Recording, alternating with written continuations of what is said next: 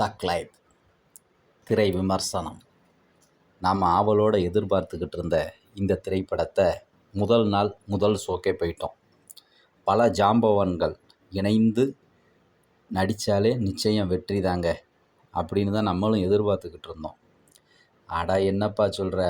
ஆமாம், Kamal, Simbu, Telugu super star, Kannada super star, மலையாள நடிகர் நாசர், திரிசான்னு விளம்பரம் பண்ணினாங்க.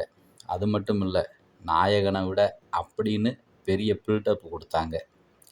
சரி, தமிழில் ஒரு பாகுபலின்னு நினச்சி தேட்டருக்கு போனால் தேட்டர் சீட்டு நுனியில் உட்கார்றதுக்கு ஒரு தடவை கூட எனக்கு வாய்ப்பு கிடைக்கல.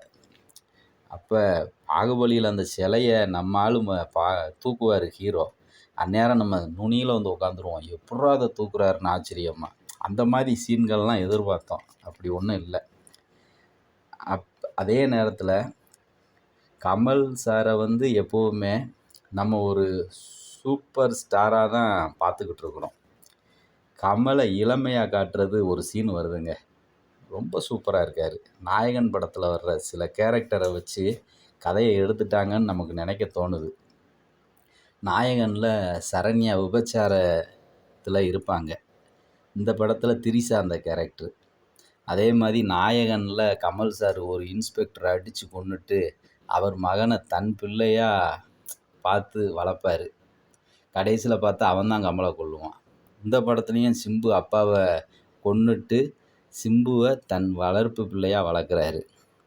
கடைசியில் அவர் கொல்லுவாராங்கிறத நீங்கள் தேட்டரில் போய் பாருங்கள். ஏன்னா எல்லா கதையும் நம்ம சொல்லிட முடியாதுல்ல. நேரில் போய் தேட்டரில் பாருங்கள். சிலம்பரசன் கமலஹாசனை கொல்றாரா இல்லையான்னு தெரியும். அதே மாதிரி நாயகனில் கமல் சார் வந்து சரண்யா மேடமு நடந்து போகும்போது புறாவாக பறக்கும், பார்த்துருப்பீங்க. 2 பேரும் அப்படியே கையை கோர்த்து பேசிக்கிட்டு போவாங்க. புறா சட சட சடன்னு பறக்கும்.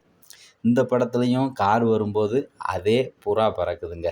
உண்மையிலேயே நம்ம மணிரத்னம் சாரோட படம் அப்படியே எடுத்துருவாருன்னு நம்ம நினைக்கல.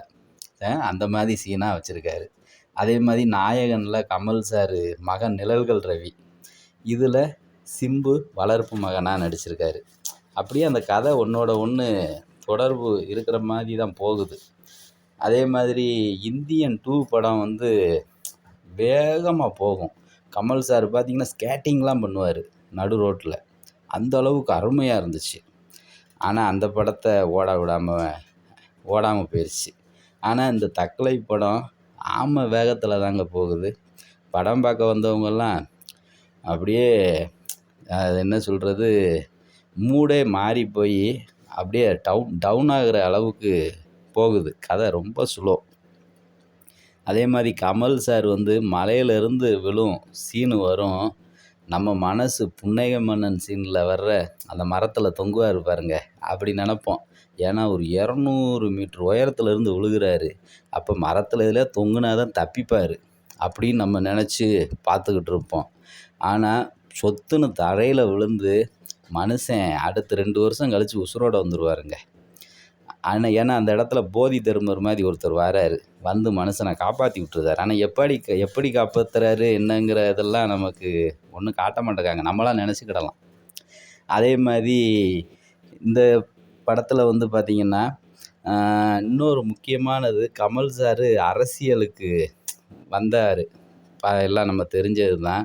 அப்போ 2 கட்சிக்கும் மாற்றுன்னு சொல்லிட்டு வந்தார்.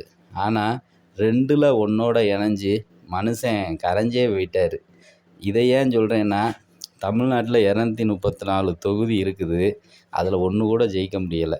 ஆனால் கமல் சாருக்கு இந்த தக்கலைப்பு வந்து 234வது படம். இதுவும் திருப்தி இல்லைங்க அப்படின்னா நீங்களே பார்த்துக்கோங்க. அதே மாதிரி ஏஆர் ரகுமானோட இசை ரொம்ப அருமையாக இருக்குது. கமல், சிம்பு, நாசர், மற்ற மொழி நடிகர்கள் எல்லாம் நல்ல அவங்கவுங்க கொடுத்த வேலையை தெளிவாக செஞ்சுருக்கிறாங்க. ஆனால் இதெல்லாம் எங்கேயோ பார்த்த மாதிரியே இருக்குதுங்க. அது ஒன்று தான். இத்தனை பேர் இருந்தும் இதை அந்த படத்தில் பார்த்தோம் இந்த படத்தில் பார்த்தோங்கிற மாதிரி தான் இருக்குது. இந்த படம் தமிழ்நாடு வெளிநாட்டில் எடுத்திருக்காங்க.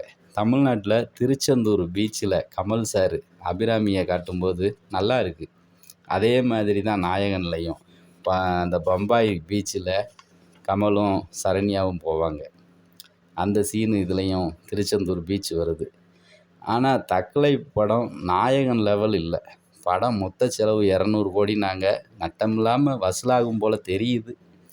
பாகுபலியில் ஆரம்பித்த இந்த பேன் இண்டியா படம்னு சொல்லி அப்படியே இப்போ நம்ம தமிழில் வர்றதெல்லாம் பேன் இண்டியா படம்னு தான் எடுக்கிறாங்க. எல்லா மொழி நடிகரையும் உள்ளே போட்டு ஏன் வராங்க ஏன் போகிறாங்கன்னே தெரியாமல் போச்சு. அந்த மாதிரி தான் கதை களம் எல்லாமே இருக்குது. அதே மாதிரி நாயகனில் கமல் சார் மட்டும்தான் நம்ம படம் பார்த்துட்டு வெளியே வரும்போது அந்த நாயகனோட கதை தாக்கம் நம்ம மனசில் ஓடும். எல்லோரும் அதை அனுபவிச்சிருப்போம். இன்றைக்கு வரைக்கும் அது இருக்குது. ஆனால் இந்த தக்கலைப்பில் நம்ம படம் பார்த்துட்டு இந்த தென்னிந்தியாவோட பல நடிகர்கள் இருக்காங்க. ஒரு சீன் கூட மனசில் ஓடலைங்க. இந்த படத்துக்கு மார்க்கு கமெண்டில் நீங்களே சொல்லுங்களேன்.